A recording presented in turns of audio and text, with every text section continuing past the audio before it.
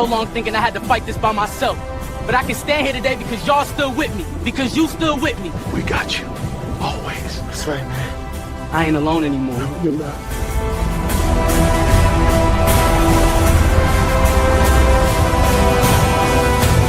Good. Touch. Good.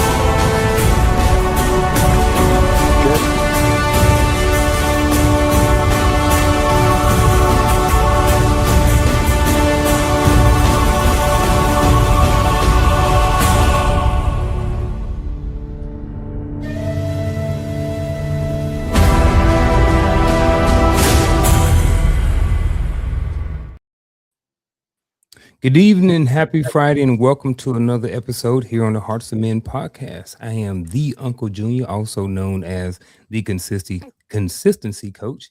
I'm joined by my cool, smooth brothers over here. Ladies and gentlemen, son of Timothy, the available man. It's not what you think, but he is available, ladies and gentlemen. For what availability means to him. All right. And ladies and gentlemen, right beside us, the mindset coach, the man, the visionary behind all of this stuff over here, Dr. Dwayne Dwyer, certified speaker and coach, the mindset coach. Ladies and gentlemen, how y'all doing this evening? Gentlemen, what is going on? What's up? How y'all doing? How was the week? It wasn't a bad week. I can't complain. Some hiccups, some successes. So you take your wins and your losses, and you keep on pushing. But the highlight is it ends on a Friday. Get to highlight my boys here live in these YouTube streets. So it's a good week after all. All right. Yeah, I kind of second that, man. Week was good. I had no issues. Just had a lot of moving parts. But like Gaddy said, man, it's Friday. I mean, we're here. The highlight of my week being able to be on camera with you guys, and as always, to share in conversation with the livest comment section and social media. So I'm good, man. Like you said, in these YouTube streets. Come on, YouTube streets. I like that, man. I'm definitely excited and happy to be here this Friday afternoon, Friday evening as well. It's hot out there.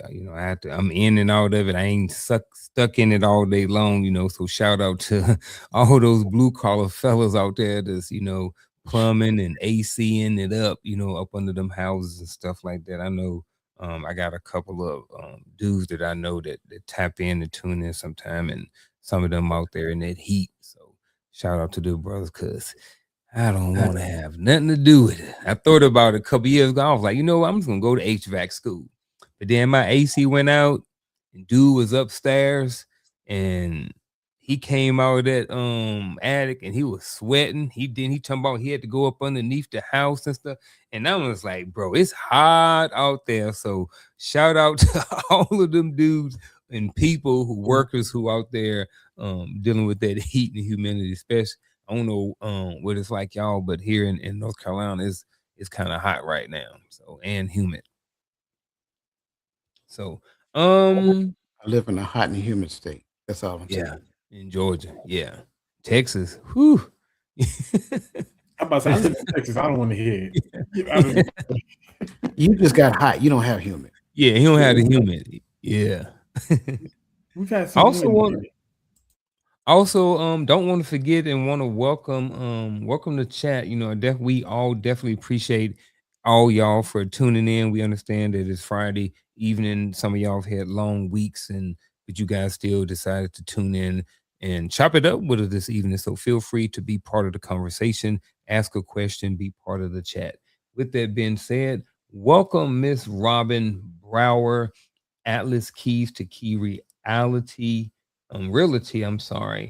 Shell, hey babe, thank you for joining us. And anybody else that I may have missed on any other platform, I see Lisa Keys, I see His Divine Appointment, I see Crystal Everett, I see Terry PE8V. I wonder what that means. Who else? I might have gotten everybody. If I missed anybody, I apologize. His chosen one, I see you over there. Thank you for being here as well. And again, if I missed anybody, I apologize. Appreciate you for being here. And with that being said, gentlemen, before we get started, you have anything to say before I start off with this short monologue. All right, here we go.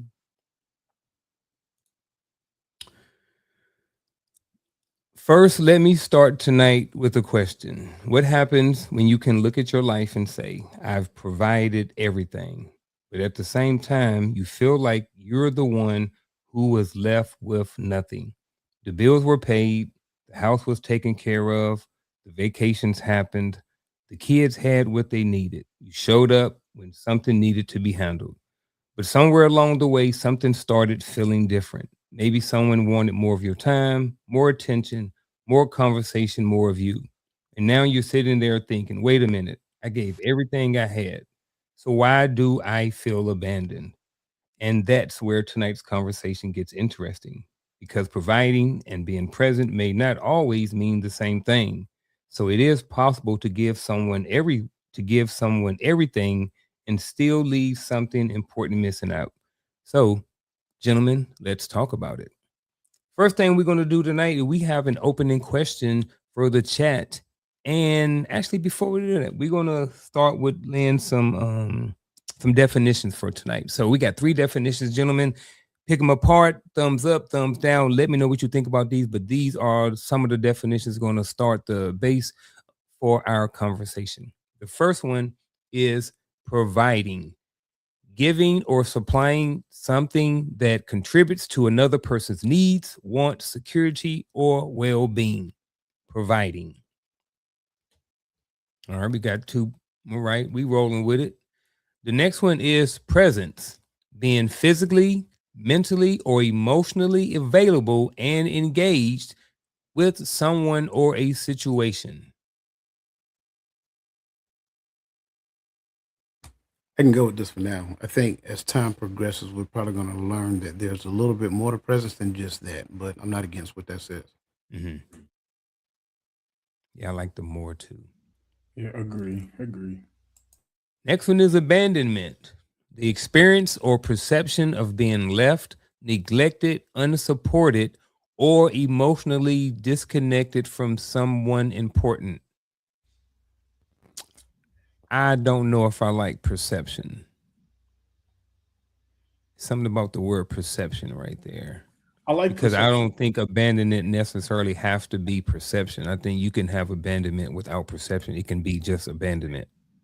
But coach warming up the hands. What you got? Is it? But I'm just like, is it a abandonment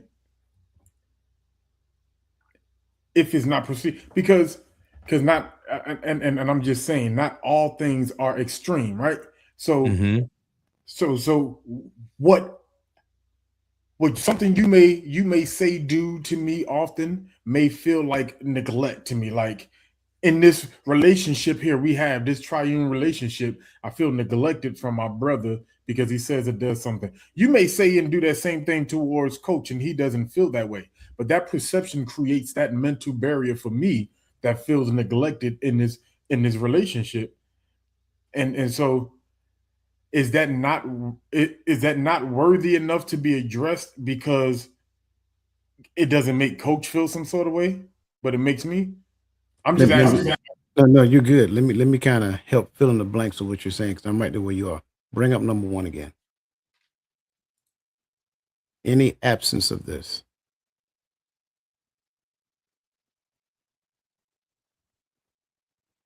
I mean, I hate the bottom line of that easily, but yeah, any absence of this Is abandonment. Can be abandonment. Can be abandonment. Okay. I like it. I'm roll with that. I like that. All right, here we go. This is for the chat and for us. Gentlemen, first opening question of the night. When you hear the statement, I provided everything. So why do I feel abandoned? What does that statement mean to you? Hey, I'm just gonna jump out there because Yep. Dive on in. if woe is me is a segment for me, like I'm not gonna lie. Y'all know when I do this, like y'all can't put a mic in front of me because I'm gonna be transparent. I don't know how to shut up. Like you can't tell me something that I should not say and then put a mic in front of me because if it's gonna help the people that I'm talking to, then I'm gonna say it. But this is my right now, real life, real time struggle. You know, the moment you sit back and you realize, like, hey, yo, these kids, because sometimes the things that frustrate me that they say and do, I'm like, yeah, they're starting to lose every essence of me as being their father. All the things that I taught them, I instilled in them when we had 50-50 custody.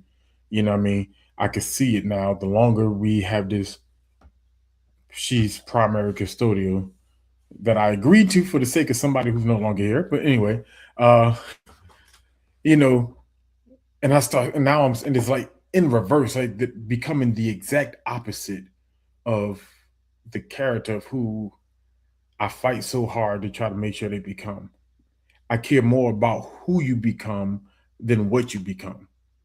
You become a doctor, but you're a terrible husband and father. I don't really care about your doctor. Congratulations, Doctor Nobody.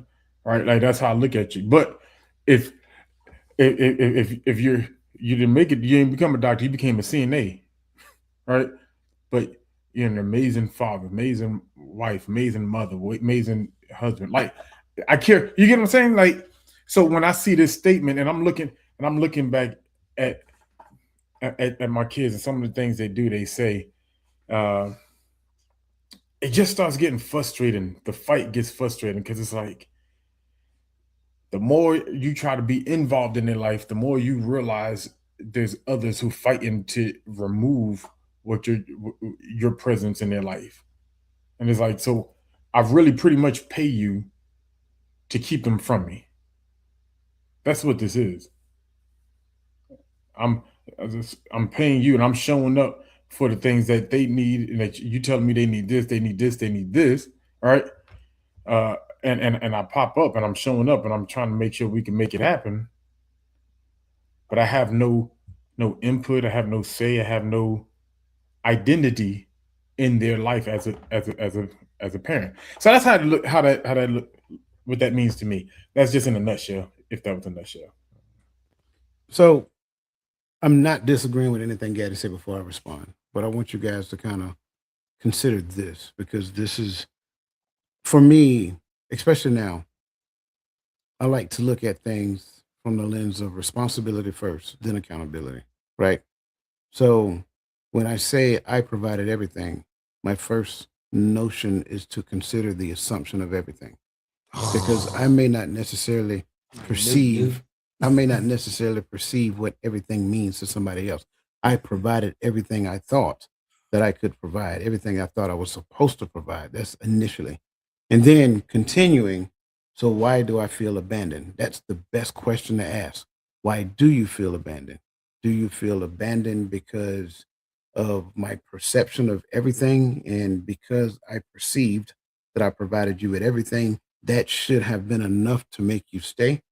Then and I'm just using this as a rudimentary example, enough to make you stay or enough to appreciate what it is I'm doing. That's more of a better way of saying it. Now, let's consider the level of appreciation because this is a layered question in my mind.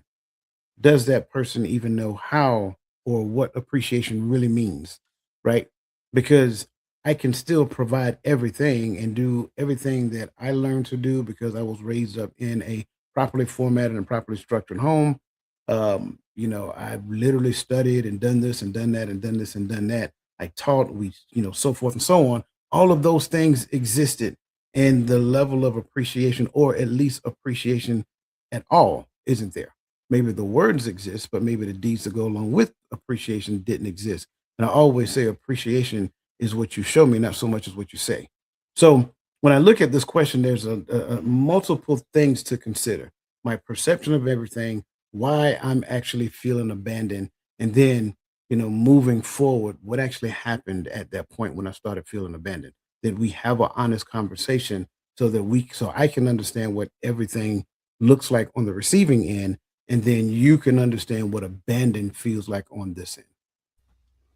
And and if I can come back just on that everything part, because I like where Coach and where the chat went with it, but So when I'm talking everything, provided everything, I don't see that as an absolute because I don't think anybody can provide everything. Because here's a reality: nobody's ever satisfied.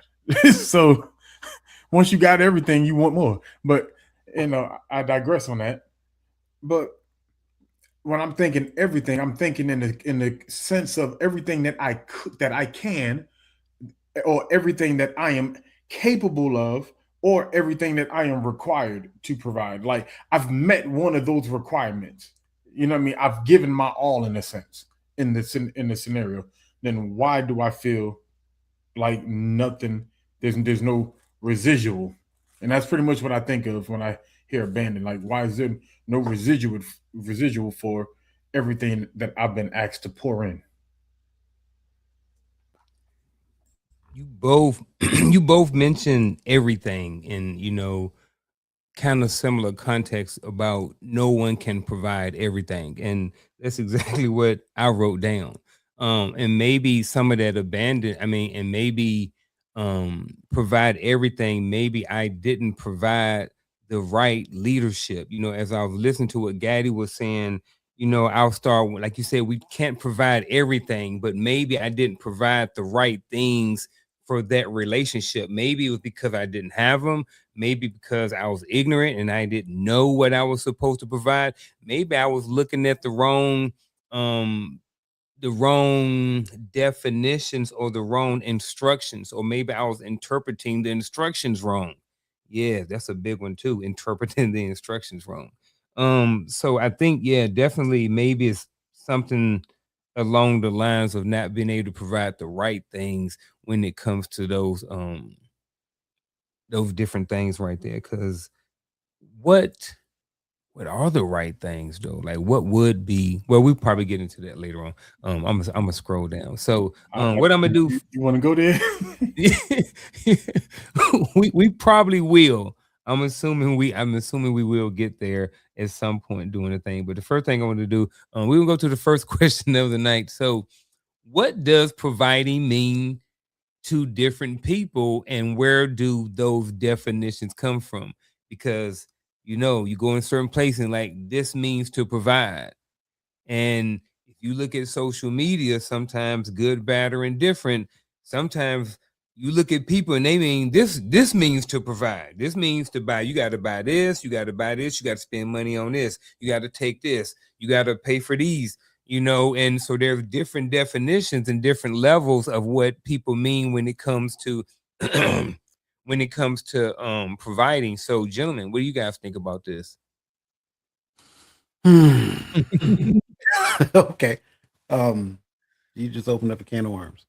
Um, it may not necessarily sound, or it may not necessarily sound like a very clear response, but I have to start off. Provision is according to the position that you hold. So if I am a father, if I am a husband, then provision comes through the mantle of husbandry to my spouse, comes through the mantle of fatherhood to my children. Therefore, I don't get to make it up as I go along. More importantly, you can't make it up either. So at the end of the day, you may have in your mind what you think provision means for me, but you don't dictate that, nor do you mandate that.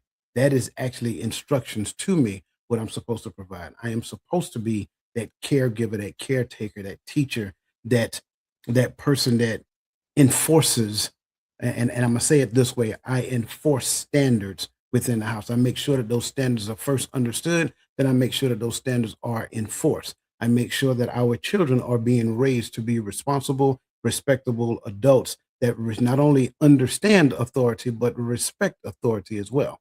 I'm being generalized right now, Gaddy. I know you're gonna go a little deeper on this, so that's why that's why I'm just hanging out in the rafters right Over now. there licking his chops. Yeah, he's ready. He's ready. So my children understand authority.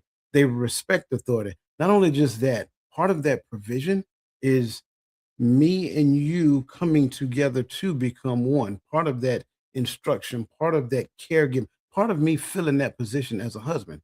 It's not that we're two individuals that live our separate lives and then we cohabitate in the evening. No, we are one. So whatever I believe, you believe, and that's how we exercise it within the confines of our home. That way, our children, they are not getting mixed messages. That's one of the biggest issues that we face, that we're witnessing right now today. Mixed messaging. My child should not hear a different set of instructions that come from me, nor should they hear a different set of instructions that come from you, because we are governed by one thing and one thing alone. So I'm gonna start there. That way, I think I done revved up Gaddy enough that way I can let him go, turn him loose. Here you go. No, I mean you did, but I'm like, anything else that I say right there would be added to what's already good, because you said it. But can we do something? Mm-hmm. Can we look at these definitions again? Can Yep, we go to which one you definition want to look one? at? Huh? Definition one. Can we go? Mm-hmm. Giving or supplying something that contributes to another person's needs, wants, security, or well-being. Go to three.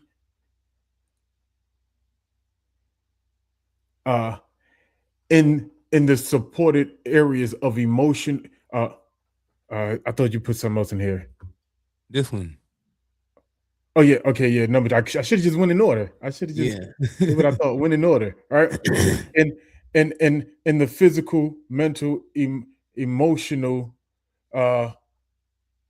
capacity, right? Because that's where that availability comes in. Is that because my provision in these areas, right? I stay available, and this is why I use this term. And I'm glad that you said that. What it means to me. This is what it means to me. I stay available physically. That's why I'm learning how to eat better. Something we weren't taught young, right? I'm learning to move more intently, right? I'm trying to do these things because I don't want to go away too early and I don't finish the work, right? Because there's work still left to do with these babies. So I show up in those areas, maintain availability, and I like how Coach said it earlier on, because in any of those areas that I begin to lack provision, I become I create abandonment in their life. All right, and so what does it look like to different people? That's why we have these different aspects in different areas, right?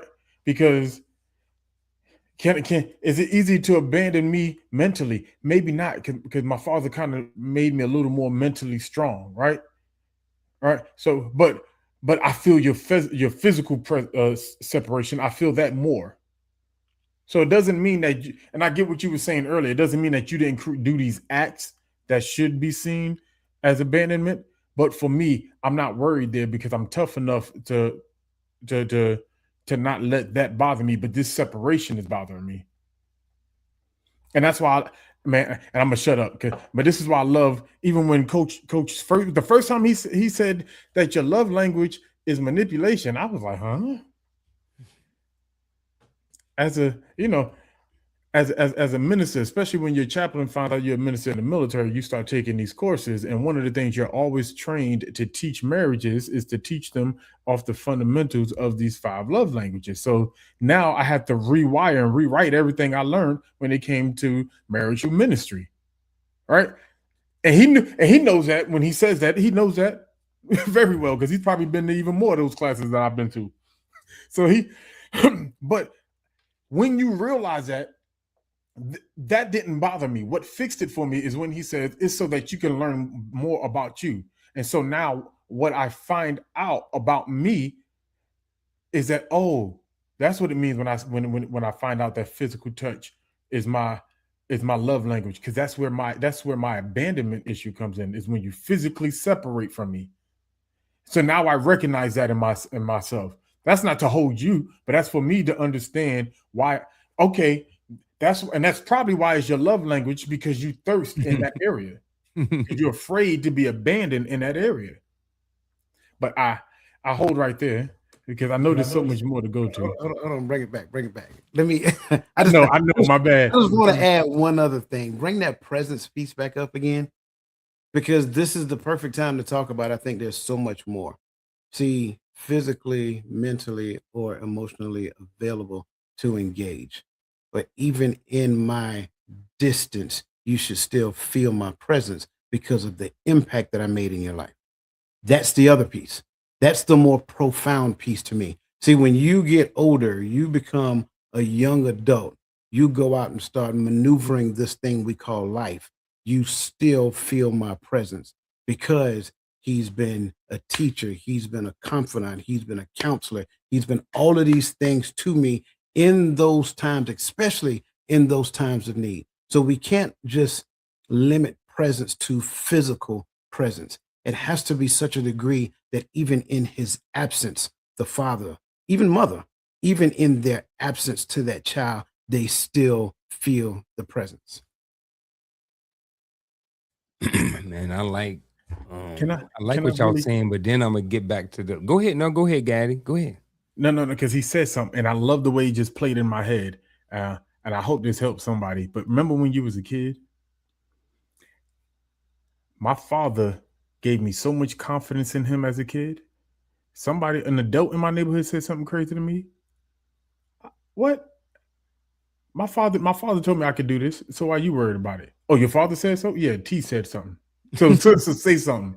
I'll go get my father. I'll go because the presence of my father, like what he's talking about, it stood with me so much. I had confidence everywhere I went because I understood the presence of who my father was. And that gave me a confidence when I moved because I wasn't worried about what you did to me. Didn't no adult worry me because if you did wrong by me, I knew you had to answer to my father. And so that gave me just kind of like this comfort. People knowing, and let me say this to some men out there: people knowing that your child have a father at home, it creates a deterrent, especially when they know you're a present father. I'm not saying it creates absolute absence of harm, but it creates a presence. People know that there's a father in that home. When boys start dating your daughter around the neighborhood, they know she got a daddy at home that cares. I'm just saying. Mm-hmm. Man, y'all own this one. I don't even know if it's anything I should even be adding to it. The only thing I kind of wanted to go with was like, where do those definitions kind of come from? You know, it kind of seems like in I'm leaning towards culture, you know, and whatever that culture of yours may be, and whether that came from mama and big mama and grandma and them, or whether that came from, you know, wherever. But where do y'all, you know, real quick, and then we'll move on. But where do y'all think those definitions of providing and provision come from? I'm trying to digest your point about culture, not to find flaw with it, but to Mm-hmm. see if it's lining up with what I'm thinking. So let me just say it, Mm-hmm. what I'm thinking first. The culture don't define that for me. My parents define that for me.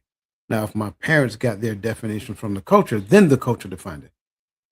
But my parents have the ability to define what provision looks like for me as a boy child before I'm exposed to the culture.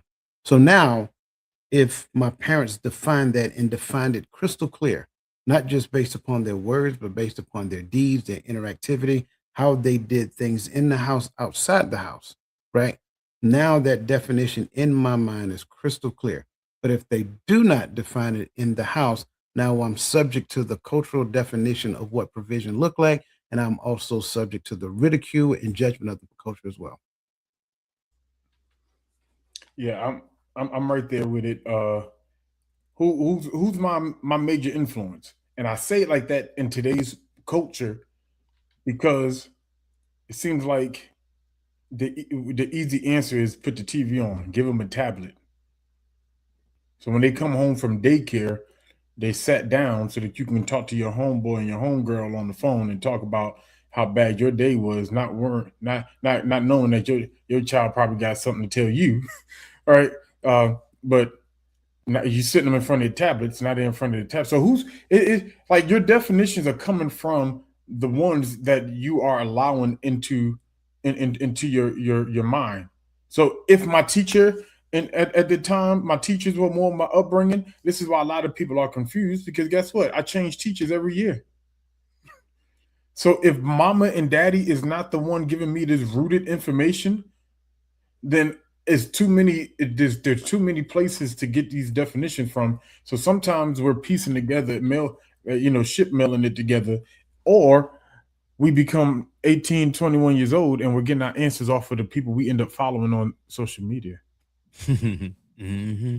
That becomes dangerous, Mm-hmm. So, but That's true. ideally, I'm right there with coaches at though. Shout out to A12 Digital. Lack of reciprocation or gratitude from your provisions may cause you to feel that abandonment. And shout out also, definitely appreciate you for your comment. And also shout out to Miss Lisa Keys. They shouldn't differ, but depending on the foundational instructions, you align with like-minded individual.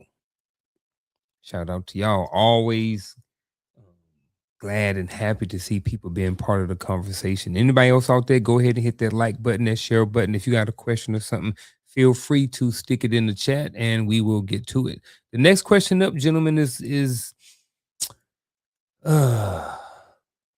I remember back in the day, and I hear on social media sometime in different platforms stuff.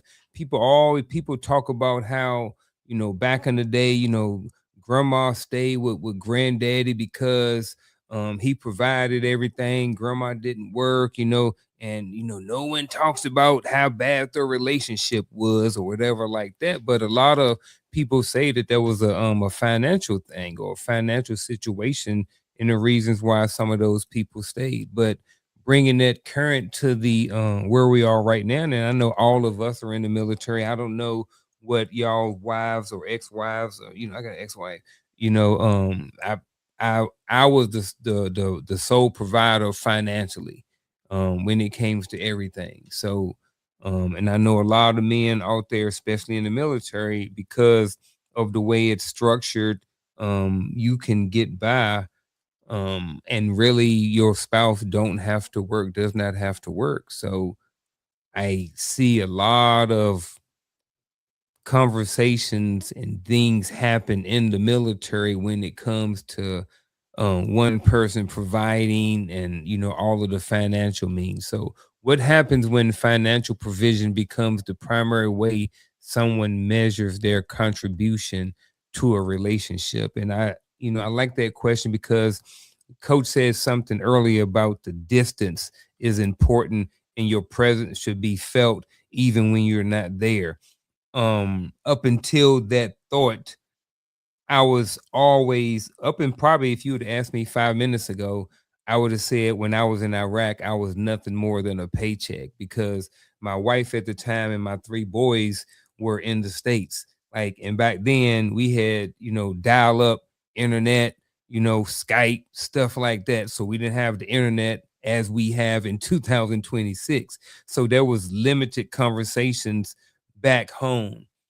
So I never really thought about my presence being felt while I was in Iraq. So again, the question, I say all of that to bring up the question again, what happens when financial provision becomes the primary way someone measures their contribution to a relationship?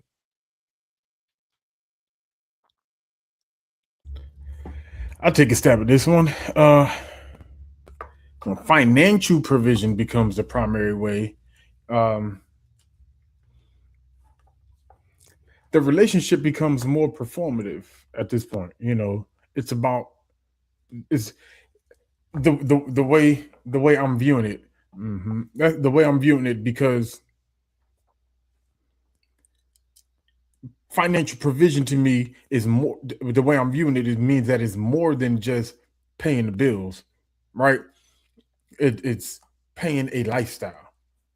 If that's the only way that I'm providing, because then that means I have to compensate for the fact that I'm not wanted emotionally in this. I'm not wanted as a leader in this relationship. I'm not, and this is what men hear when we hear this whole I want an autonomous relationship where I live my life, you live your life. That means I provide everything, but I have no say in how this union goes. It just everything just happens. So people like that, I think that causes if that's the only way you understand me showing up, or the only way I know how to show up, I will compensate for the other ways with my finances. And that, then I don't know, so many windows open up after that. Like you have these windows for issues. Now I feel like you're not appreciative when I bought this or when I bought that, but that's how you do everything. So paying for things become a norm. You know, I feel like people will lose the appreciation for it after a while. That's the only way you can provide, you can show up. And I hope I'm not losing y'all with it, but I don't know.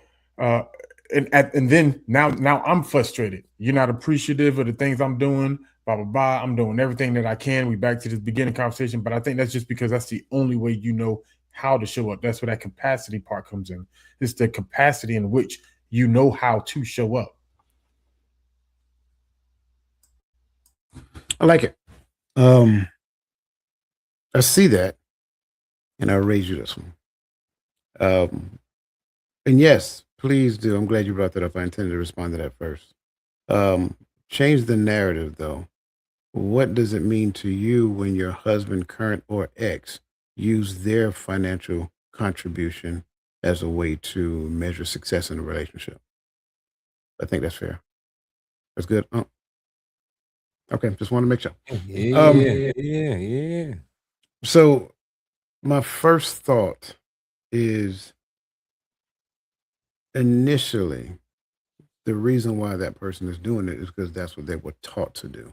They may have seen that growing up. They may have seen men when they were younger, their dads or their granddads, all they did is work, bring home the money, sit down and watch TV. Grandma got I can't even say check. What's the checkbook back then? Checkbook or whatever. Give her the check. Billfold. Yeah, give her the check. She go cash it and goes, take care of bills and all kind of stuff like that. The only thing granddaddy had to do, and I'm talking about granddaddy because that's the house I was raised in. And the only thing granddaddy had to do was sit down and watch Perry Mason and Atlanta Braves baseball. That's it. No joke. That was my life. So fast forward, when a young man gets married, they think, as long as I'm providing, as long as the bills are paid, as long as the food is in the cupboard and all that other great stuff, I'm doing doing the thing. But I think here's the thing that I learned. There is a disconnect between you and the people that you're supposed to be in a relationship with, because the same amount of time, and I'm using that as a comparison, the same amount of time that I spent to get the money, I need to double that time with the people I give the money to. But here's the issue. It's very difficult to do that, especially when the people that gives me the money is requiring so much of my time during the week. So I have a fraction of that time left to give to the people that I'm in relationship with. So when you look at this question and you look at a person who measures, their financial contribution to the relationship as a measure of success, well, again, it's a disconnect between them and the people that they're supposed to be in relationship with. Now, mind you, go back to what we just talked about previously, because the mantle of husbandry requires some things. It requires me to have these conversations, to teach, to sit down and educate and mold and shape impressionable little minds and turn them into responsible little adults, to love my wife like Christ loved the church, to nurture that relationship. And all of those, that takes time, which is my most valuable contribution in my relationship. But yet I'm counting it by dollar. And I'm substituting that time for the dollar because I'm spending time over here and I don't have but so much over here. What more do you want from me? Well, they want you. That's the answer. I hate to say it that way. And unfortunately, they may be enjoying the fruits of your labor. They're missing the fruits of you, which is the thing the relationship mandates. So there's a huge disconnect between the husband, the wife, the father, and the children. But more importantly, you're not necessarily fulfilling your role when it comes down. So you're substituting, right? And I get it. We live in a time and space to where got to work, got to pay bills, and they want 40 plus. And 40 hours on a regular job, 40 plus hours in the Army. I'm just going to tell you the truth. Yeah, there'll be weeks we work sometimes easily 60 hours a week, and it became the norm. But what were we sacrificing for that? Now, ideally, that presence should have been like shared, if you will. In my absence, right? My spouse should have been carrying my presence in my absence. So going back to your analogy about being in Iraq, yeah, I'm in a whole foreign country. There is no 40-hour work week there. It's 24 hours a day, 7 days a week. I'm not there. And like you said, phone calls and Skype and all that stuff, depending upon where you were, that could have been far few and in between because I was out in the sticks, baby. I'm just saying we was out there in the dirt. So when you look at stuff like this, in my complete absence, letters taking about a month to get home, things of that nature, the spouse should carry that presence. But it's very difficult when I really didn't give her a lot of presents, to give her, to give to the kids. The present she got was the soldier. The present she needed was the husband and the father. And I'm just telling you the truth. I was Mr. Be All You Can Be. I'm trying to tell you, that's the era we grew up in, right? I was at work 5 o'clock in the morning. I got home 7 o'clock at night. 7:30, my kids getting ready for bed. So I didn't really have a whole lot to give them, simply because I spent more time making the coins and giving them the coins as opposed to giving them the fruits of who I was. Whew. You got something? Yeah, it's just I want to answer the question, and at the same time, like I'm like, coach is like, I got a question now because it's like to backtrack into what we were saying earlier that we was going to lead into. Well, what are the right things, right? Because you said something here, right? You're saying like you're breaking down really. And when someone says systematic, well, here's the thing: the systematic part started a long time ago because a lot of us were not taught how to show up in any other way than financial, right? Because what was the struggle of our people at the time? We were building families. We weren't arguing men against women, right? We were building homes and houses. The struggle were financial. We were trying to rebuild this community, which we decided to integrate and assimilate instead of rebuild. But I digress on that, right? But there now, even though that is systematic, it has taught us how to make money. It's taught us to go either get educated, get a trade, and go work. Join the army. Be all you can be. Work. Come on, make money. There's people depending on you. Make money. All right. And this is why it sounds so innovative when somebody says, "Hey man, take care of yourself. Go to the gym." Oh my God. Is that okay? I can take personal time and do that. I don't have to go get a third job. Because this is how we talk about relationships. So now no one is being taught. Somebody's out there asking that question, like, well, what are the right things? How do I show up? What do I do? And for a lot of us, we had to start learning it. We was getting OJT and still didn't figure it out because for some of us, she left before we got it right. Go ahead, coach. I like this. This is my question right here, but I got this here. I'm listen. I've been bred to answer this question. Let's go. Let's go. It ain't gonna sound good. It's not gonna sound good because to your Even point, better. to your point, I'm agreeing with you. You were literally taught to marry your job and date your wife. If you really pay close attention to like what the system creates in you, like even in the army, it says duty first, family always. Well, no, that's not true. It can't be.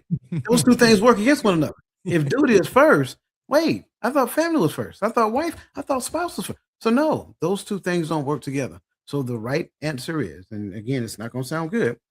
Young men need to build a foundation before they pursue a wife. That's the answer. I hate to say it that way. Coach, Get it out your system. Get the corporate ladder out your system. Climb it. Listen, shoot for the star. Listen, shoot for the stars and land on the moon. Whatever it is you do, climb, baby, climb. But once you hit your pinnacle and it's time, now open your eyes and look for your spouse. because somebody. I'm sorry, go ahead. Oh, my bad. I thought you. My apology. Now I No, was no, gonna, I was just gonna say because at that point, now I don't have to marry my job and date my wife. When I get married, 35, whatever age it is, I'm not trying to dictate to another person the age to get married, 'cause I think that's lunacy anyway. But whenever you hit that point and you're done with climbing the corporate ladder, now open yourself up to be married, because at that stage now, it's not I'm married here and I'm dating here. No, I'm dating my job and I'm marrying my wife. That's just it. If my wife blamed me for anything, it's just gonna be that my job and my side piece. Go ahead. I'm sorry.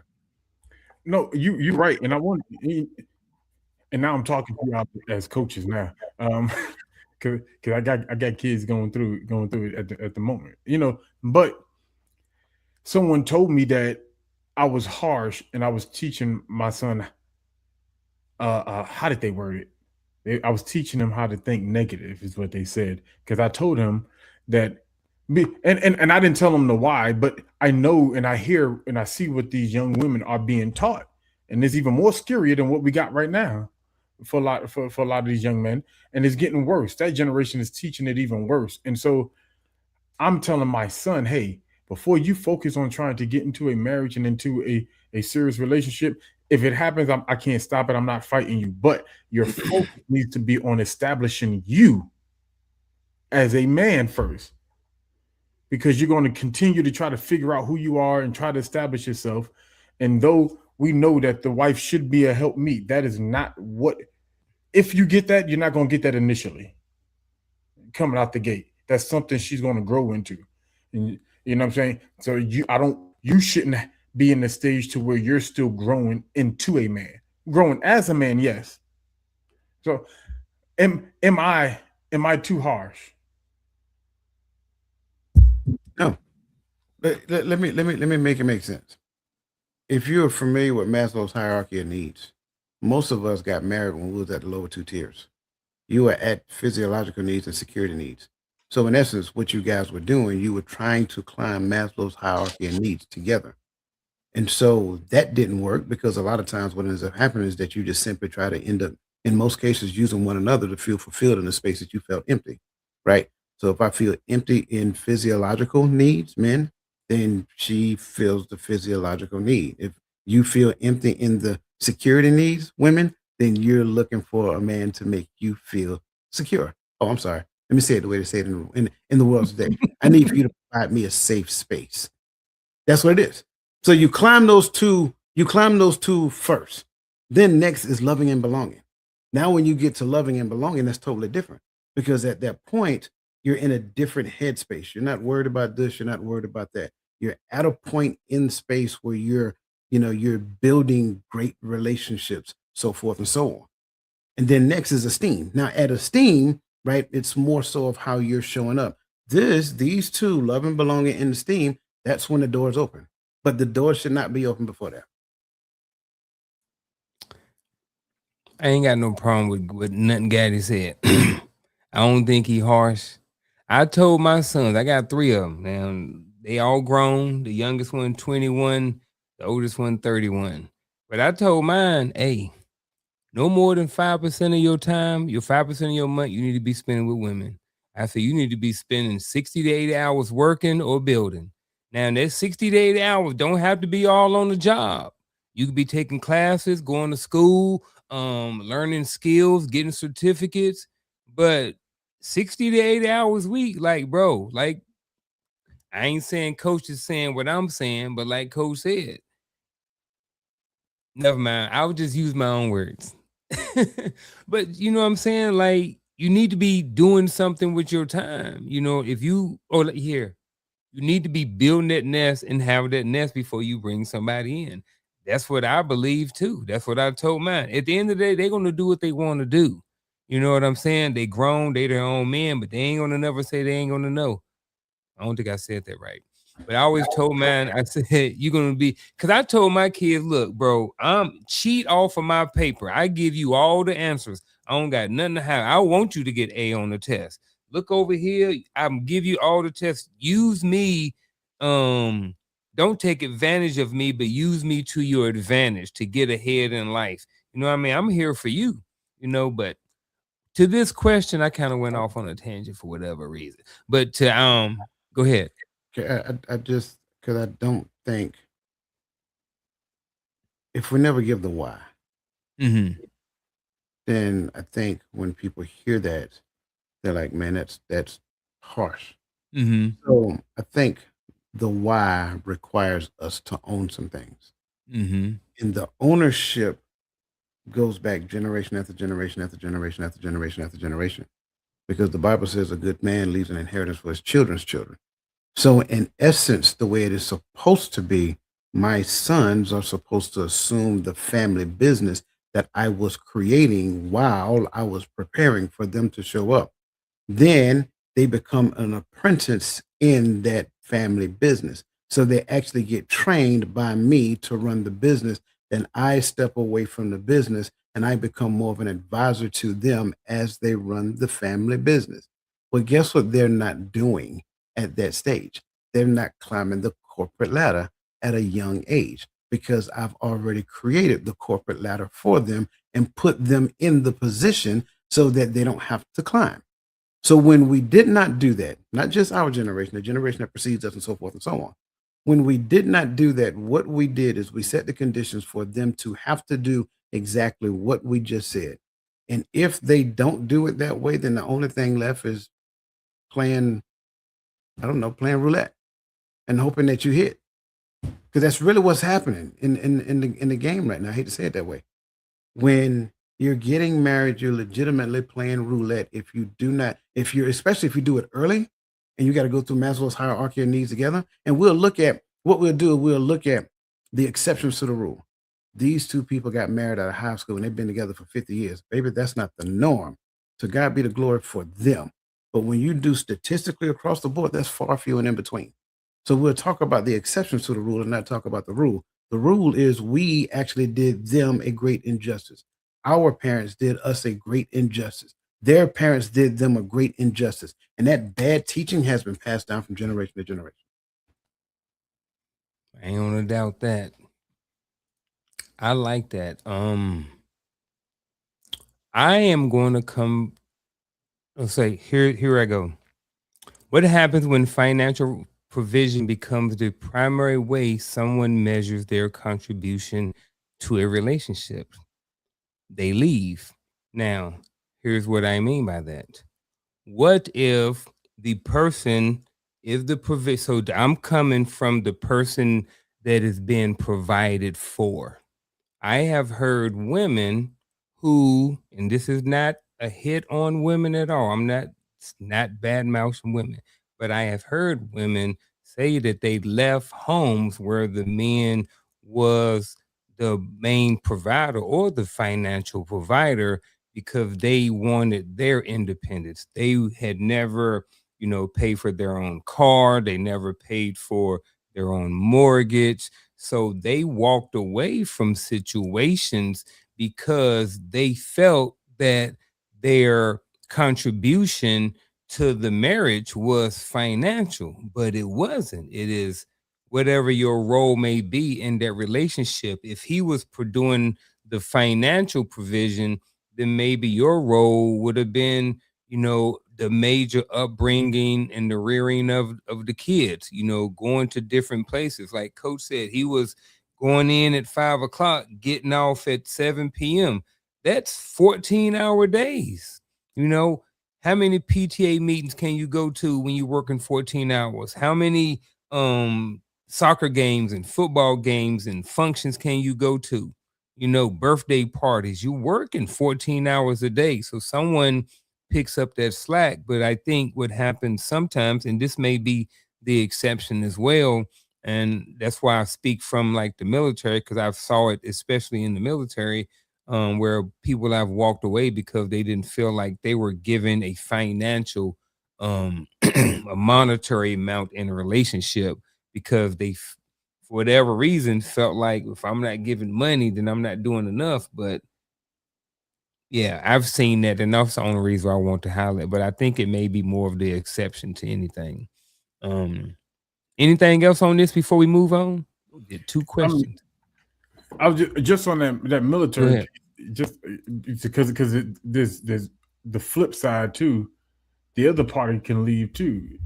In the military, how many times I had a battle buddy. He joined older. I think he was like 40 when it got to us. Um, he had owned a business at one point. All of that. So he was married for like 20 years, and so it blew my mind when his wife, after we was about to deploy again for the second time. For him, it would have been two deployments in 3 years. First 3 years in the army, and so she was like, "Hey, yeah, we're gonna leave." And he had big kids too, and she was about to leave him after 20 something years of marriage because he couldn't provide in the space that he used to provide properly. And he was working these hours, and yeah, he was providing. And he tried to provide even more financially. He was trying to go officer. He graduated from Citadel, denied a commission. Some things happened. So and so you're looking. You're like, okay, he's trying to add to the provide value. But because we're in the military, and just like you talking about with them 14 hours or even longer, we talking about 6:30. We at PT. We ain't dropping them kids off, and we ain't getting off to them kids is halfway tucked in. So let's just call it, especially if you big Sarge. Let's call a spade, right? And that's the life. So for her, she's like, no, no, no, no. Okay, I get the financial piece, and coach, like you saying, I think this was one of those. They've been together since high school, so she was with him from broke to wealthy. I guess back to broke or whatever you want to call him going into the army. All right, but now I think for her, it was when he no longer was physically available, when his presence, when his time limited. And so when you show up financially, sometimes it means you're sacrificing that high earning. I hope somebody out there looking for them six figures. I hear this. When you're looking for that high earning, you're asking for less time, less availability. So I just wanted to add that on where you were at. I got my first rude awakening about time when I got promoted to E5 the first time. Everybody be like, "Oh, E4, like man, I can't wait to get promoted to E5, man. Sarge always gone. He be doing this, bro. Joe gone at 16:30, 17:30. Like we had formation, we having a freaking meeting with First Sergeant at 1900, 18:30. Joe gone. Joe at home with his wife. And like you said, the more you move up, you big Sarge, bro. All the time. I don't miss them days. What we gonna try? Huh? Now I was just gonna say, speaking of time, make sure that everybody's here tomorrow morning, 10:30 a.m. Eastern Standard Time. The Hearts of Women will be talking about time. Just want to throw that out. Talking about time. Speaking of time, we already at an hour.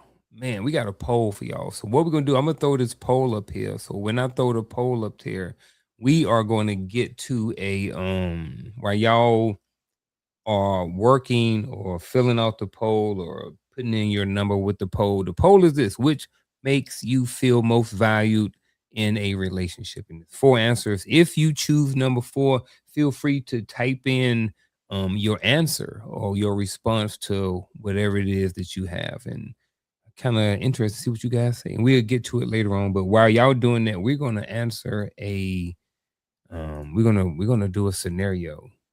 I don't know where the poll went, coach. Oh, you got it. Okay. All right. So here's the scenario. For 19 years, he has been working long hours, paying the bills, and providing everything his family needs. His wife says, I don't feel like I have you anymore. I thought I had it up there long ago.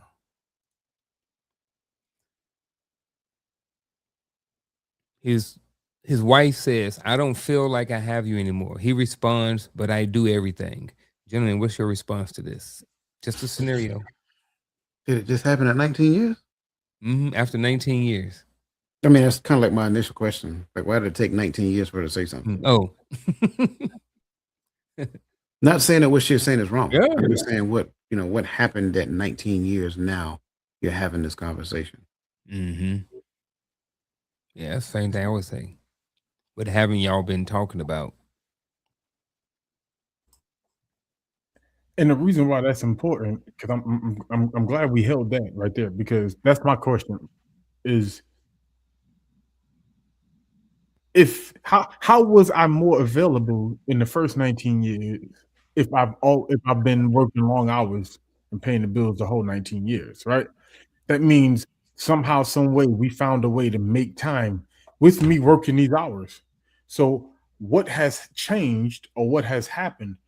And sometimes that's maybe, we had a kid, so now she don't have there's not a lot of space or wiggle room. You got to get a babysitter or something like that. Someone got to watch the kids for you got to have a person. You know, I get that, but for me, and I think a lot of times we use that as an avenue to say you're not present no more, and we need to separate. 'Cause I don't feel like I have you no more. But raising a kid, guess what? That's what comes with it. That's why I always advocate to young people that get married. Wait a while before I start. I know you want to practice tonight, but wait a while before you score and get a goal, because them that whatever time you think y'all got now, when it's just you and your spouse, you don't have that time when you got that kid, especially when they're an infant and they're not self-sufficient. They can't go play in the room. You don't have the time. And that's hard to deal with, especially it's hard to deal with on a mother that's dealing with postpartum. But Yeah, I think with the scenario, um, like Coach said, why did it take so long to have this conversation? It should have been talked about. But also, it's like, they say, I was married for 19 years, but they say you never you never divorce the person. You don't divorce the person that you marry. You know what I mean? So even I can see how it can get there, but it's not just one conversation. It was a whole bunch of conversations and stuff that wasn't had and wasn't talked about for 19 years. It just didn't come out of nowhere. But I definitely, as I look back, mine was, I didn't after 19 years, I was done too. You know what I'm saying? Like I didn't feel like I have you no more either. Like we both was mutual about how we felt about each other after 19 years. And it seems like in this situation, it's kind of the same thing. Maybe just they didn't put in the time over the years to build that. So at some point it became the distance grew. So I don't Can, know. can we bring it back up for a second, Yes, please? sir. I only gave a first reflection of the question. Like the 19 Mhm. years matter, but I don't want to act like the stuff that's also being said after the 19 years isn't a fact to somebody. Mhm. That's the key. It may not have been a fact to him, but it was a fact to her. So the 19 years matter. Why did it take so long? Then number two, like when you look at I don't feel like I have you anymore. Like now we got to unpack that to understand what that really means, right? Because it's not that her feelings are invalid. I have a thing like your feelings are never wrong, but you have a responsibility to analyze those feelings to determine whether or not the reason why you feel is actually right. You see what I'm saying? So I do agree that you feel that way. Now tell me why. Well, because you work all the time. Well, I've been working all the time for 18 years. So it did not bother you for the first 18 years. Yeah, it did bother me. I just didn't say anything. Well, okay. So your silence now, what I'm hearing is the reason why you're feeling that way. Because if I don't know I'm doing anything wrong that's not working for you, then that should have been a conversation that we had up here, before we got to this point to where at 19 years, maybe some frustration, some arguments, and all that other great stuff exists. So that's why I say it's not that the 19 years is irrelevant, and it's not that how she is feeling is wrong. It's not even the fact that what she is saying is not true. It's the fact that we didn't have this conversation for a reason. The question that I want to understand is why. Yeah, I definitely get that. The why. What you got, Gaddy? no, I was just gonna say, but that's why I asked the question, like, what changed? Because I feel like what it sounds like is there was an effort in the beginning, and hear me out. And I only say that because it says for 19 years I've been working long hours and providing for my family. So I've been doing this for 19 years, maybe the reason why we haven't had the question is because maybe we were able to find time. So maybe something changed, and because it couldn't have just be, it couldn't have just became an issue today. Like so that's where my mind is at. Like, what changed that made it an issue right now? That I get when you was younger, you was trying to hold on, but I don't know what you was trying to hold on to, because the more money I make and the more money you progress, it doesn't mean your hours ain't gonna get better unless you change profession. You got a different type of job, but usually pay raises don't come with better hours, right? Um, it's just the way I'm looking at it. So that's where I'm at with it, and so that's my question. Like, okay, it is valid. She does feel this way. Why haven't we had the conversation? But also, what if something, you're like, we didn't have the conversation because we were able to have time? Because look what she says. I don't feel like I have you anymore. What changed?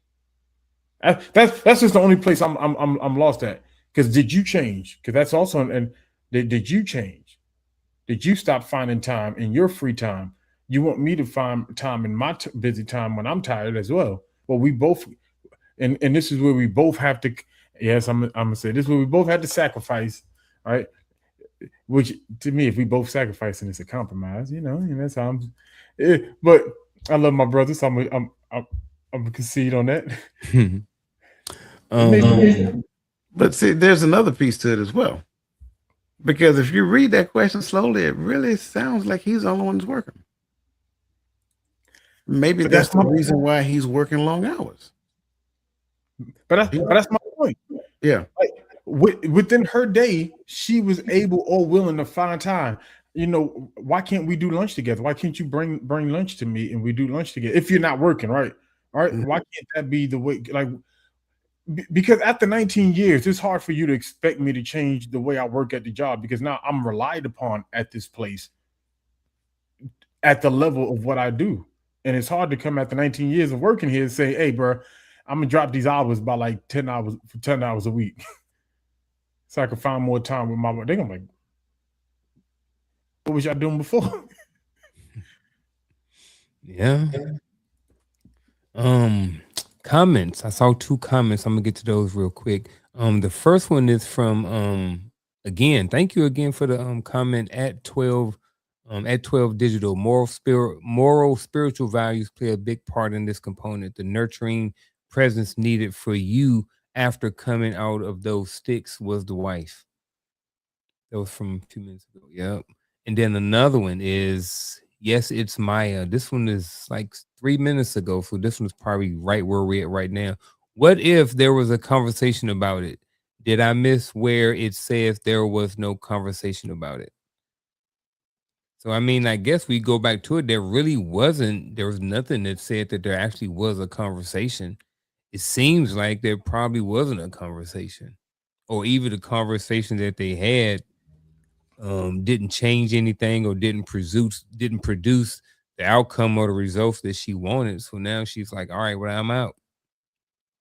Or not necessarily say she out, but I'm about to how say, she is feels this about a it. conversation? Because this could be and my, I think that's where, at least that's where I'm coming from. I don't know. It sounds like this. It was probably where Coach is coming from.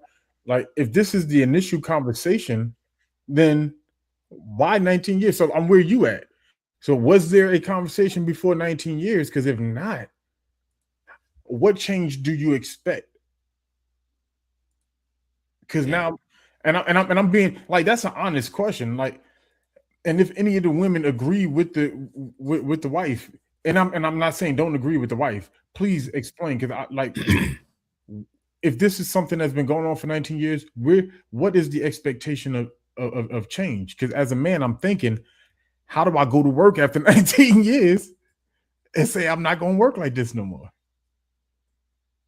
Or do I change? Do you expect me to change professions?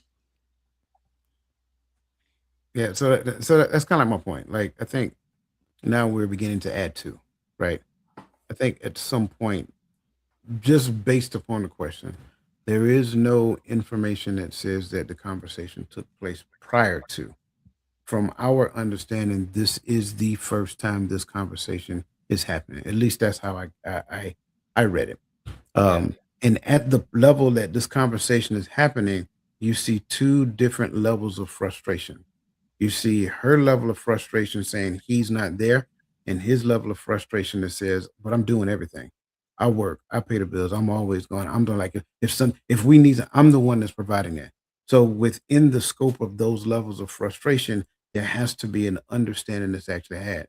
Either you don't work as much because you done climbed the corporate ladder enough, and we done acquired all the stuff that we need. Maybe we sell this big old house, buy a smaller house, and live off the whatever that looks like. I really don't care. That's between the two of you, right? But I think at some point you have to recognize that this has gone on for so long that two different levels of frustration have surfaced, and neither one of them are more important than the other. And I think that's where we start to fall into issues because we start identifying which one is more important. And generally, the one that we've identified that is more important is the one that I side with.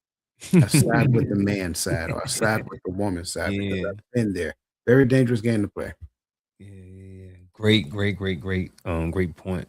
Looking at the poll. So the poll was, is it up there? Bring it up there. The poll was, which makes you feel most valued in a relationship? The first one was what I provide. We got 0 takers on that. The second one was time and attention. We got 0 takers on that. We had 3 for emotional connection and 4 for others. So let me scroll through some of these others um and see what we got. I gotta scroll back a little bit, but it's all good. Okay, we got some fours, we got some threes, 4. Lisa Key said her 4 is duty. Okay. She is becoming said feelings shouldn't matter, but still filtering the junk. I That's have her a number 4. Huh? if the poll is still open, it looks like I have a question. If they got a one and a comma next to it or asterisk or something next to it, is it calculating into the poll? If you wrote four, you probably should have done four separately and then your response behind it, so it can count into the poll.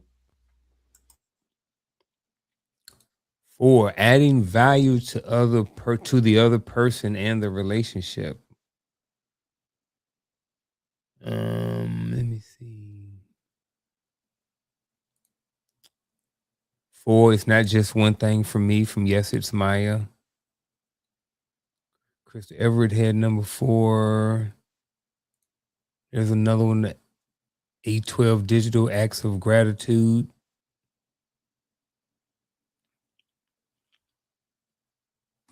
I like that. Acts of gratitude is what it said.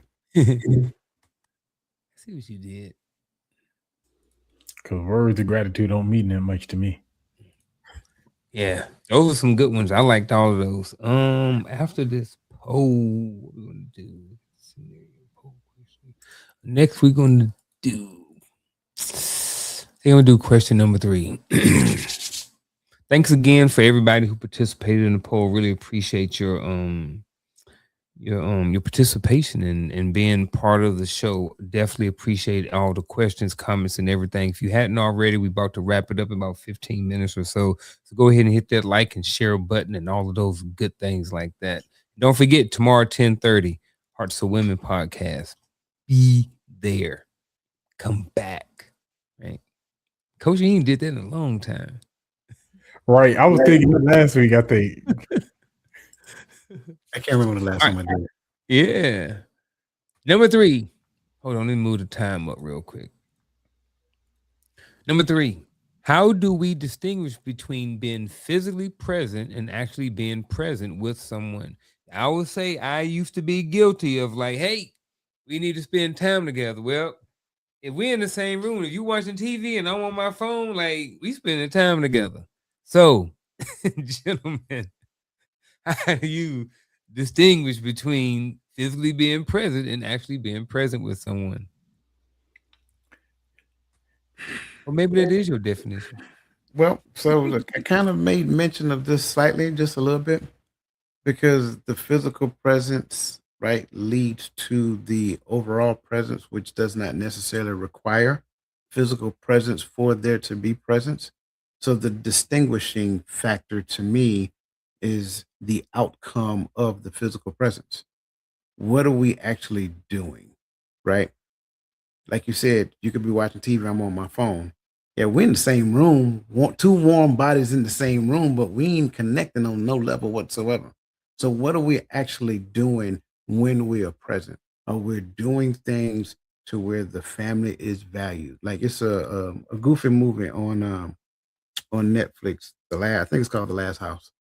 And if you haven't seen it, it's it's a movie, You right? said last house or glass house? The Last House, Last. right? So they were stuck in the house. They couldn't get out the house, and they ended up being stuck in the house for like 5 years. That's kind of like the gist of it. That's all I'm going to tell you about the movie. But one of the things I liked is that when they were stuck in the house, they did family things together, and the dad was right in the midst of it. They was playing games, they was dancing, they was doing all kinds of stuff. See, these things are the things that build intimacy in a relationship. The quality of the time that is spent together equates to intimacy for not just a husband and a wife, because I know we hear the word intimacy and our mind runs straight to the gutter. Cut it out. Wrong with y'all. Um, but for the father and the children, for the mother and the children, right? That connection, that bond, that desiring to be around your dad soon as he walks in the home. You know what I'm saying? The desire to be around your mom soon as she walks in, stuff like that. So that's the thing that, in my opinion, is the great separator. The outcome of what it is that we're doing. What exactly are we doing? What's the reason for it? And what is the desired outcome that we're going to get from it? How do we distinguish between being physically present and actually being present with someone?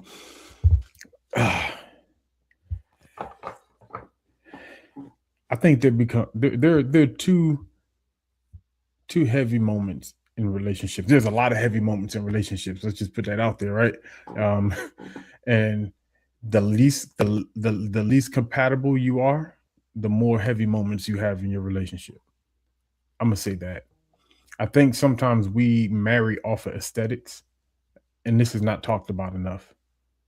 Is and this is dangerous because it can be so confused. Some people think it's about a vain thing of she look good, he look good. Sometimes it's not even that she's the finest person. It's that she looks good with me, meaning for what I need to become. I see myself becoming the president. I need a woman that looks like a first lady. Yeah, you picking up and putting down. Like I feel like, and this is what a lot of people do, and a lot of women do it too. I feel like I need this, or I'm on social media. A lot of girls pick men that look good in pictures for for the social media. Like this is a thing, and I'm hearing these young people talk, and I can't date him. He don't take what pictures well. He he treat you well. That matters. Like, but these moments when you're not compatible, right? Especially when you're not compatible, come and they look like this. We can be around each other, but we can't, but we don't speak. Uh-oh. Why? Because when when we're around each other, we know that we don't have nothing to talk about. See, early on in a relationship, it was all happy go lucky because it was giddy, it was new, it felt good. I like being around her, she liked being around me. We like each other presence. Now our two dumb behinds moved in together. Now we stuck underneath each other, and we cannot stand what each other personal space look like because we are not compatible. But it was because we now that we're in close proximity all the time, now we realize it, and that's a real thing. And so now and sometimes I don't think the question is take the conversation is had from that perspective because it's like, hey, should we proceed and continue living together and then get married and have kids that we're not going to raise together because we really don't like each other and we're actually together out of obligation at this point because we live together? I'm just speaking the truth. See, why y'all always vote for them? It's somebody else vote. Matter of fact, I need to vote.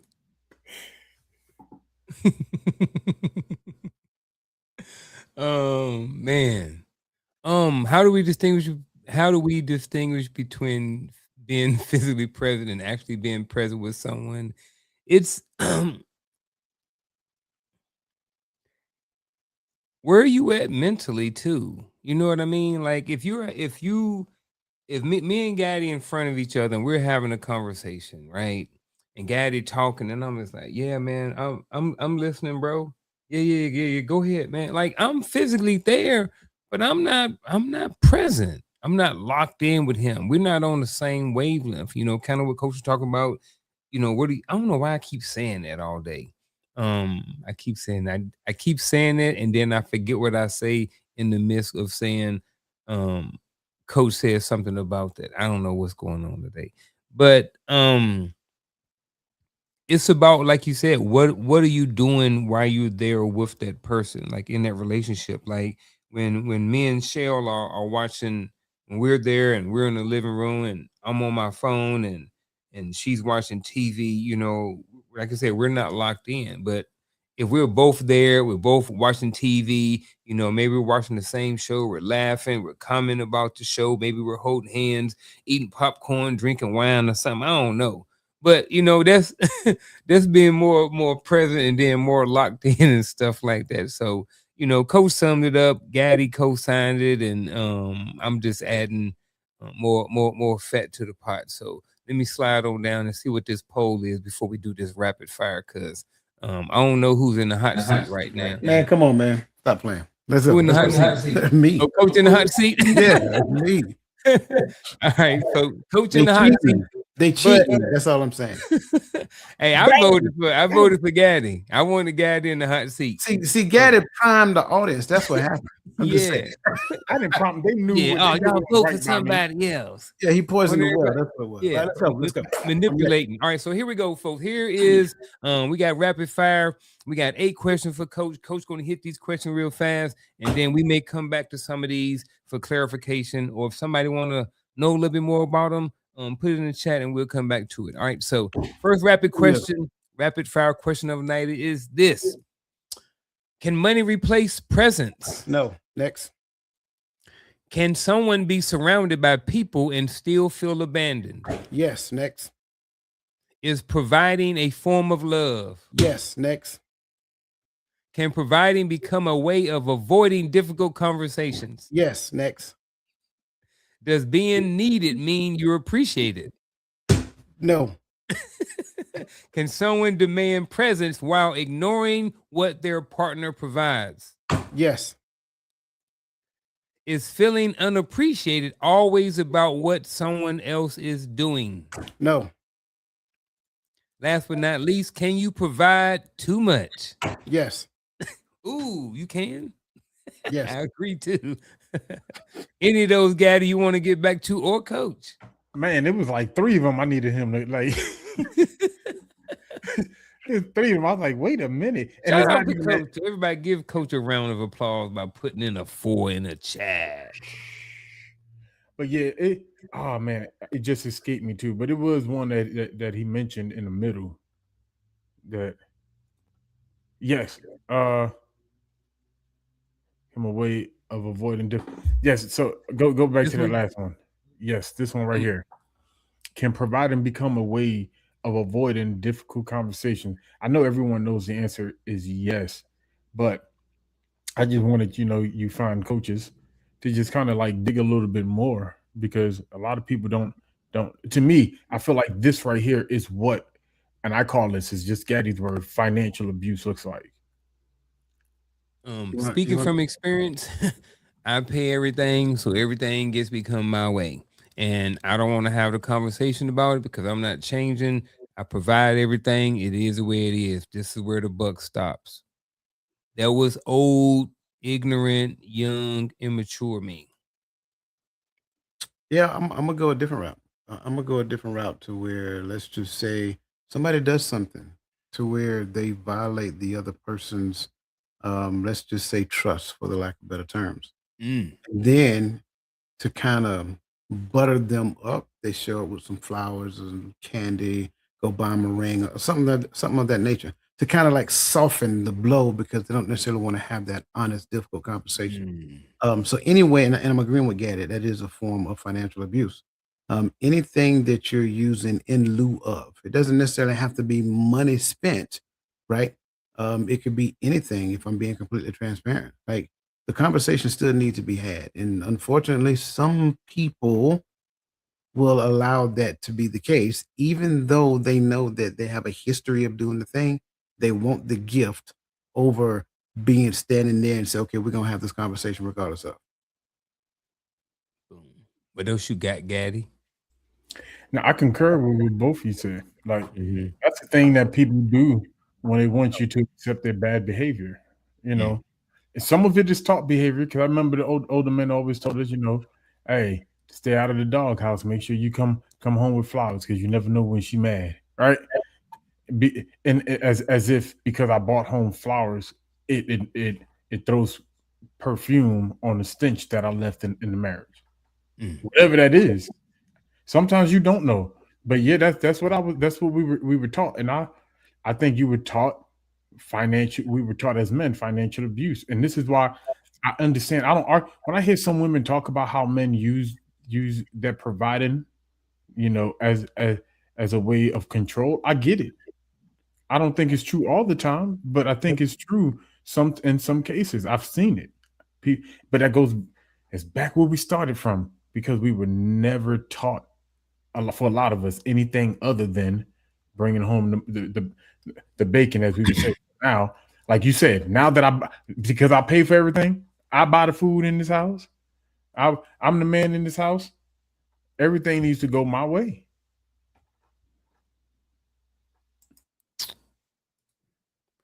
At 12 Digital, thank you for your comment. I think presence can be subjective, but in my opinion, I believe engagement of some sort is necessary.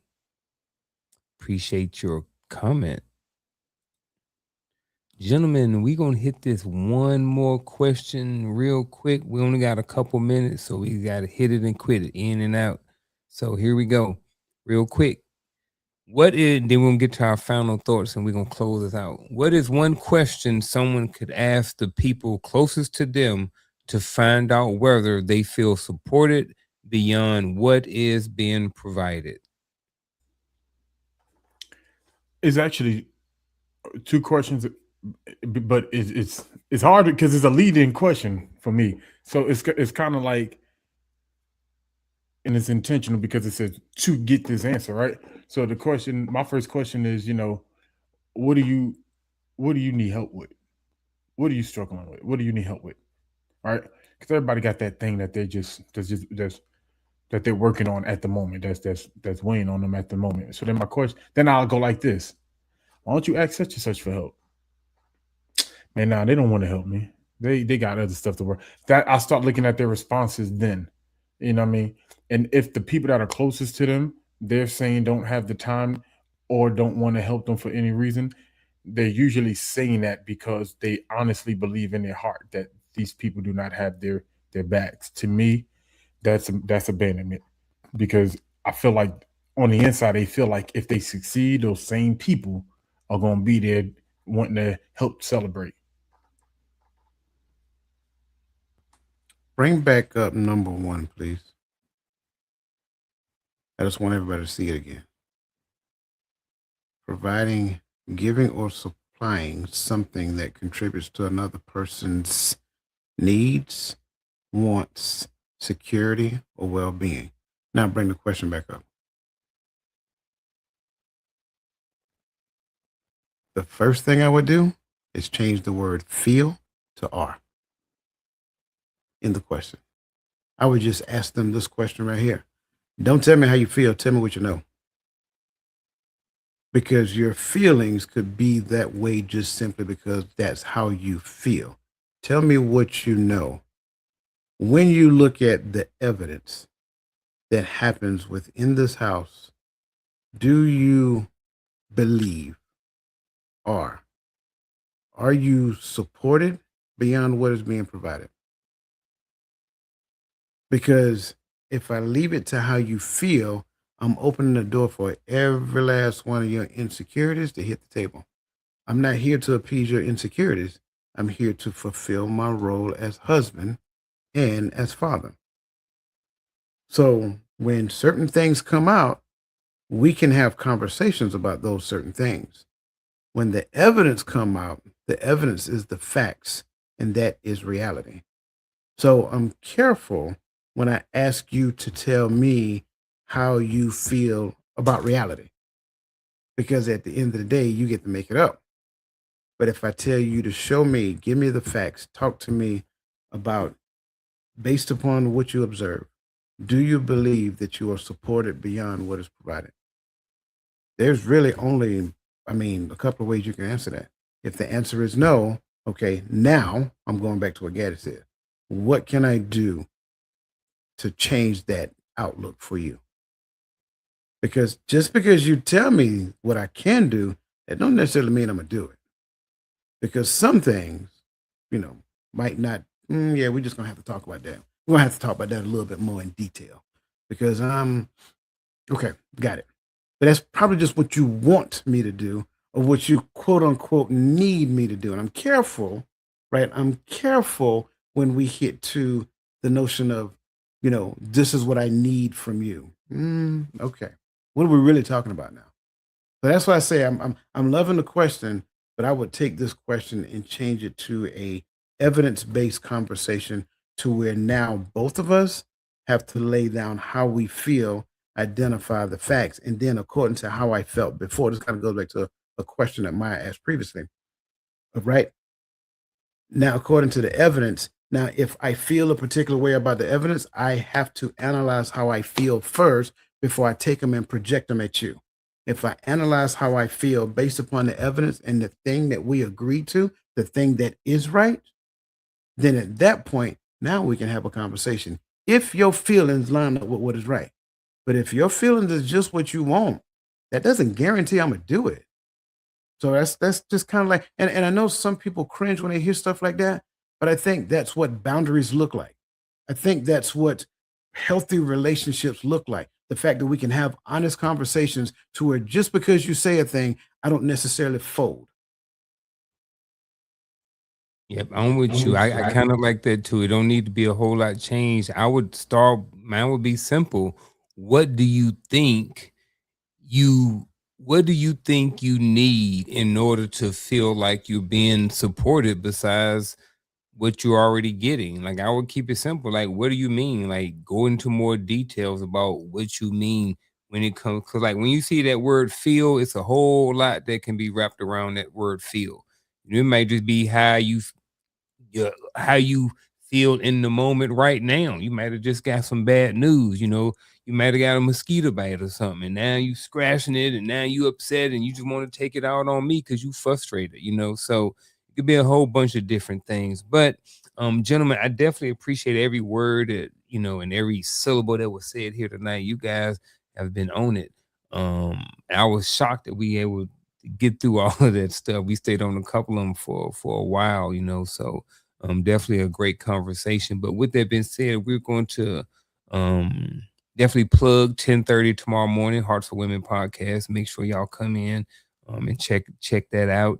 And then I think that's about it. I guess we can roll out with the final thoughts. Here we go.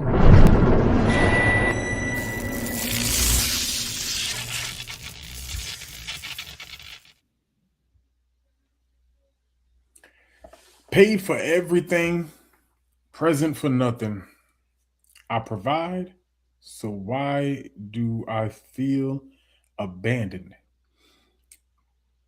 And everybody in this community, if you read in the chats live, you'll see everyone notices the word feel when it comes across.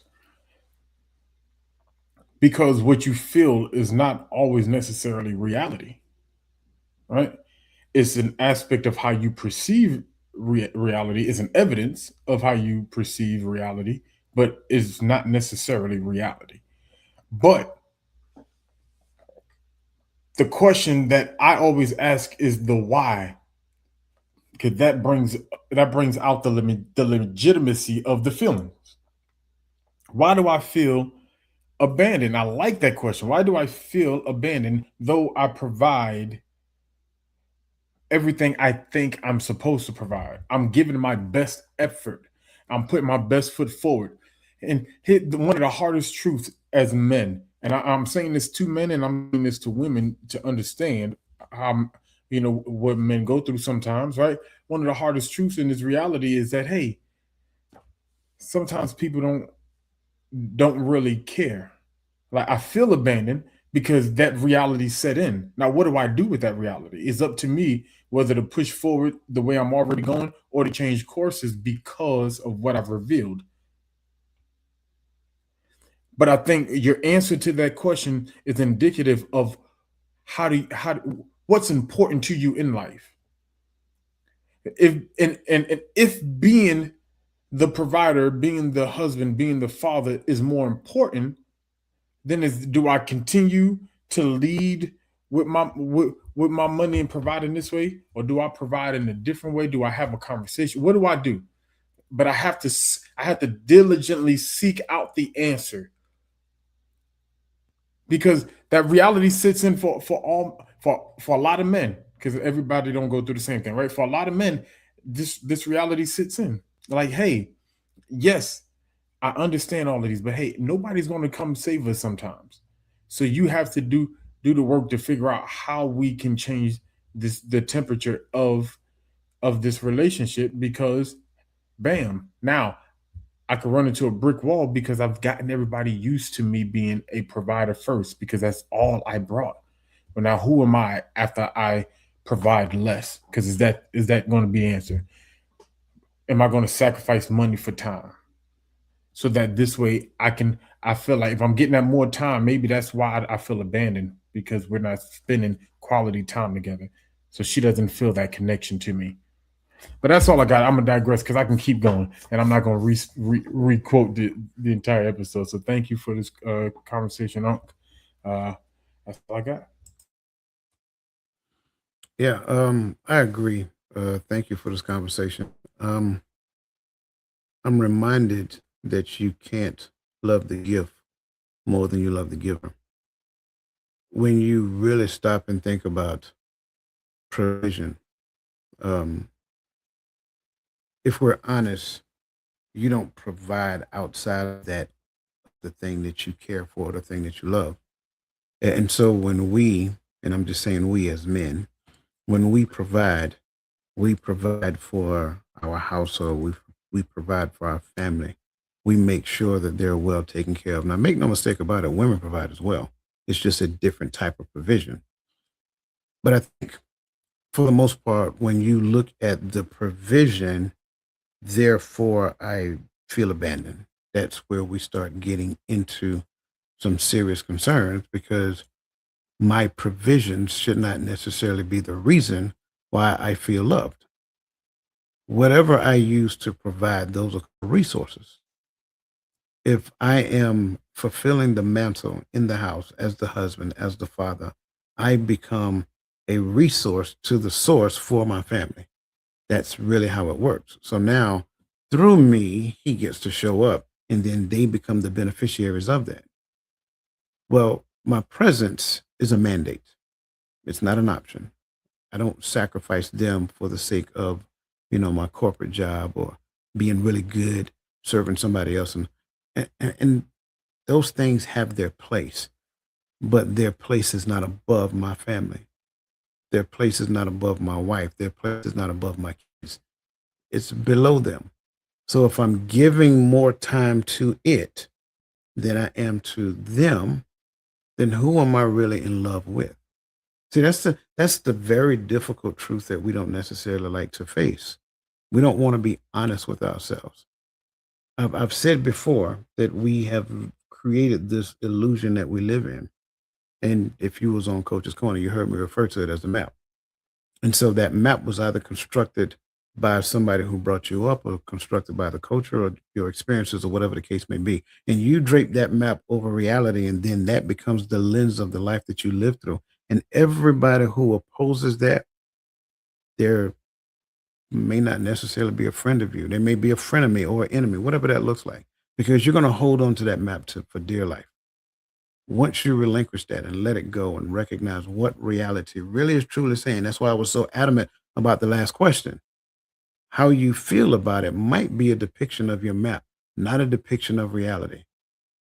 Even though provision is a mandate, the provisionary mandates do not supersede the provider.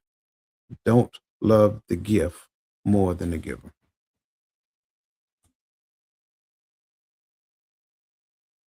Sheesh. Both of them and very great final thoughts to complement all of their words from the show, and I appreciate that. My final thought is not going to be that long. You know, why providing everything feels like providing nothing to them. You know, I would just go back to just the word provision in general. You know, if anybody's out there and looking to get in, I'm just thinking about a relationship or something like that with someone. Like, I think it's important that both of y'all understand what provision looks like, and then kind of understand what you guys' role or place in all of that is going to be, and how that's going to push you forward in your relationship. So I think that learning about provision and having an understanding about it is very important.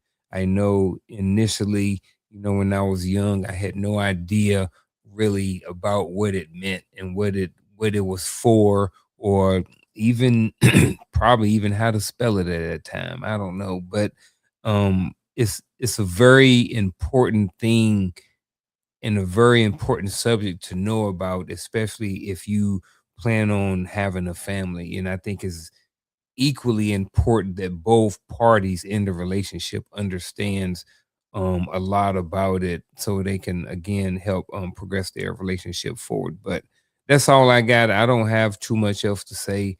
I have really enjoyed this podcast, enjoyed everybody who participated, who watched, who shared, who clicked the button, and all of those different things. So definitely appreciate y'all. Remember, come back here tomorrow at 10:30. Come back. You see, heard coach 10:30 a.m. Eastern Standard Time.